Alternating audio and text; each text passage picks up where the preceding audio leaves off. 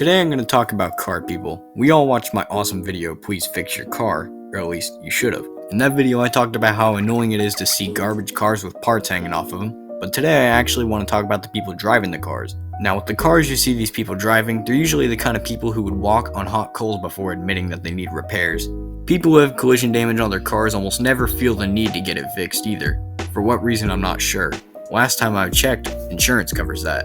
Unless every accident on the road just happens to be a hit and run. In that case, there would be plenty legal compensation anyway, so what's the excuse? They don't want to get the car repaired immediately? Yeah, I get it. If my hood was taped on my car with crappy duct tape, I'd probably want to show everyone in town before I fix it. Now I know what you're thinking. Money might be tight and the car does still operate even if it is a little damaged. But waiting around for more than 6 months to get that front dent repaired is just so annoying to look at. Well anyway, I'm not here to rant about insurance, I just want to complain about the drivers today.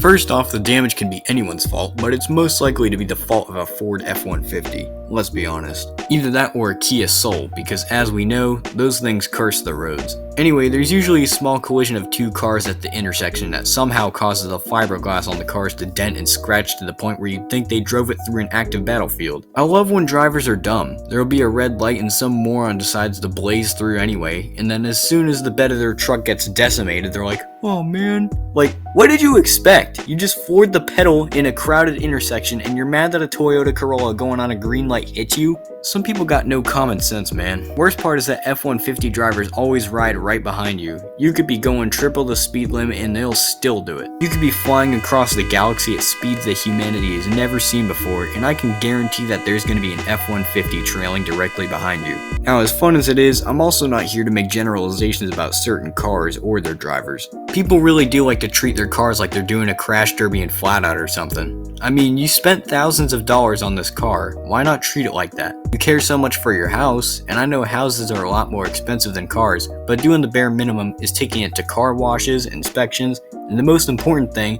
not driving it like a psycho. Respectfully, if you drive crazy on the road where there are people with families and lives, you are a societal issue, and I've been sent to destroy you. Car guys aren't really related to this video, but they do have something to do with the insanity. The biggest thing I could think of is their tendency to street drift. Thankfully, the person doing the street drifting is the most likely to get put in the hospital as long as it's kept in a closed intersection.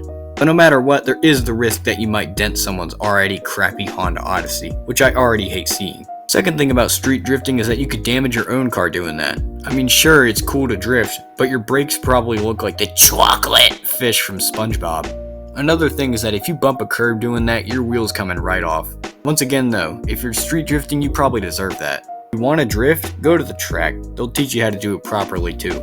Now that I've talked about the people who actually cause the accidents, let's talk about the people who have to deal with the damage. If you're one of the people that are described in the Please Fix Your Car video, you're not the reason your car is like that, but nonetheless you should probably find a better substitute for your door hinges, because tape just doesn't cut it. I'm sure repairs aren't cheap, but it's not like you need to take money out of your 401k to get repairs. In fact, repairing a small dent from a collision probably wouldn't cost you more than $1,000. And I know some nerd out there is gonna be like, well, according to my extensive research, cars are expensive to maintain and repair. But I have an override for your 6 hours of web surfing. There's plenty of videos of people fixing their collision dents. I remember one time I saw one where this lady heated up the spot she dented and pulled it back into place with a plunger. Or at least that's how I remember the video going. It was a while back though. Well, maybe repairing dents would be cheap and easy, but I don't know about the whole situation with doors and trunks and things. Too bad there's actually a lot of people out there who have their bumpers and all that garbage hanging off of a thread. If only you could do something about that. Let's be honest, it wouldn't cost much to replace a bumper. At least not as long as you don't drive an expensive or rare car. I just wonder what can be done about the other parts that get damaged often. If your trunk's taped on, that's probably an issue for you. I wonder what it would be like to go shopping at Walmart with your trunk detached. Maybe it's kind of like a supply crate full of groceries flying down on the road for anyone who needs it. Tell you what though, I have no clue how a trunk can even come off a car like that. It probably takes some effort to detach a whole trunk, right? It kind of reminds me of that William Osmond video where he removes a ton of parts from old cars. Yeah, he gets 2 old used cars and he takes off as many parts as he legally can. And at one point, one of the cars gets cut in half somehow. It's a fun video to watch, so I'll link it in the description. Anyway, cars are so weird. Y'all ever see a video of someone drifting and even though they don't hit a curb or anything, they somehow damage the car? Like, how is that even physically possible? I think if our society is going to be like this, we need more cars like Koenigsegg. They made a car with the greatest durability that you'll ever see on a vehicle. I mean, it's basically military grade. So anyway, people really need to get a car that can handle the everyday drive. I'm not really sure why car manufacturers make their cars out of such a weak material. I could probably punch a dent into a car. Imagine how easy it'd be for a car to dent in a minor crash. I can't believe I'm just now realizing I spent the past several minutes telling you why people who drive damaged cars are insane. I think that's just about everything that I have to yell at you about today, so I'll see y'all next time.